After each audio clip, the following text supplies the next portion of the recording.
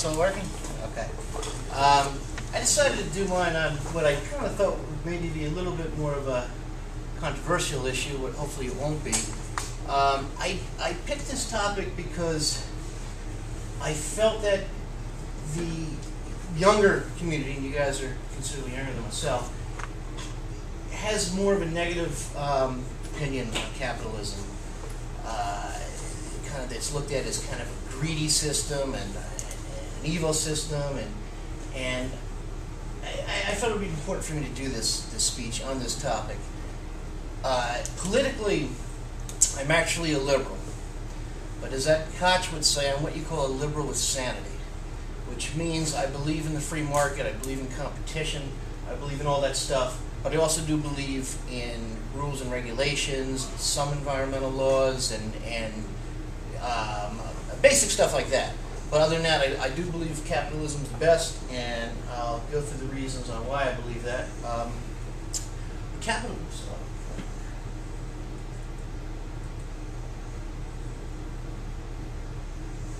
What is capitalism? First, you got to just understand the definition. It's an economical form that's based on private ownership of capital as opposed to government ownership, like in the former Soviet Union.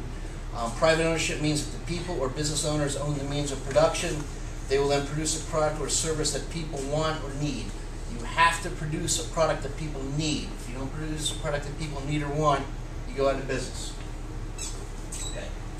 Capitalism also creates a lot of other humanistic things. It creates incentive to work. One of the things that all humans are, everybody, me, everybody, we're inherently lazy creatures. And we need something to motivate us. We need something to get us going. I talked a little bit with the professor before the class about using Abraham Maslow, who was a humanistic psychologist, and he had the pyramids of needs, the 5 pyramids of needs. And though I was told he was apolitical, I think deep down he probably was a capitalist, but that's just my own opinion. But anyway, this type of incentive to work has to do with a lot of what he talked about. Competition makes us creative, it makes us ambitious, it makes us personally responsible for ourselves, our well-being, our health. Another very important thing that it does, everybody, it allows the cream of society to become as great as they can be. Typically speaking, it's the cream of society that puts us above socialist countries and communist countries, because they are the ones that typically invented things that we ultimately need and want. Though, I mean, anybody could define the cream of a society. It can be anything you want. But it allows the very best to be even better. And it discourages against mediocrity. And that's typically, unfortunately, what happens in a lot of these European countries and other countries that embrace socialism or communism. They typically turn out to become mediocre countries. I don't see too many people getting on a raft and floating to Cuba from here, or floating from here to Europe.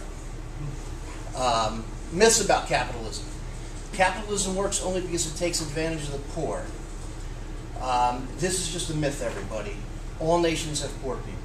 Okay? Communist countries have poor people. Europe has poor people. Arab countries have poor people. Africa has poor people. And a lot of these countries aren't prospering like countries that embrace capitalism. Western societies have benefited from the free market because they enslaved other people or other nations. Again, yes, they did enslave other nations, and so did every other country in the world. Slavery was a worldwide thing. I think Brazil, oddly enough, somebody just told me, I don't know how true it is one of the biggest slave trader nations many years ago. I don't know how true it is, but again, that's another myth about capitalism, that it works because it enslaves people, and lower paid workers increase profit share. Again, not true. If that was true, many other countries, I won't go into naming countries, would be much more prosperous than they are. I have a couple of sayings about it. I'm trying to be a little funny here when I say what some people have said about capitalism. I want to start with the second one first. If slavery makes you great, well, it's a little bit politically incorrect, but the Arabs were the biggest slave traders of them all, and if slavery worked, if it made us prosperous, they would have invented the combustion engine 3,000 years ago. I say that to a lot of people and they kind of giggle when I say it. You're not going to hear a politician say that. I'm also not marginalizing slavery. I'm not trivializing slavery. I want everybody to understand that some people equate capitalism with slavery, and that's why I threw it in there. Another belief that I have is one person's poverty has nothing to do with another person's prosperity. One nation's greatness and wealth has nothing to do with another nation's inability or poverty.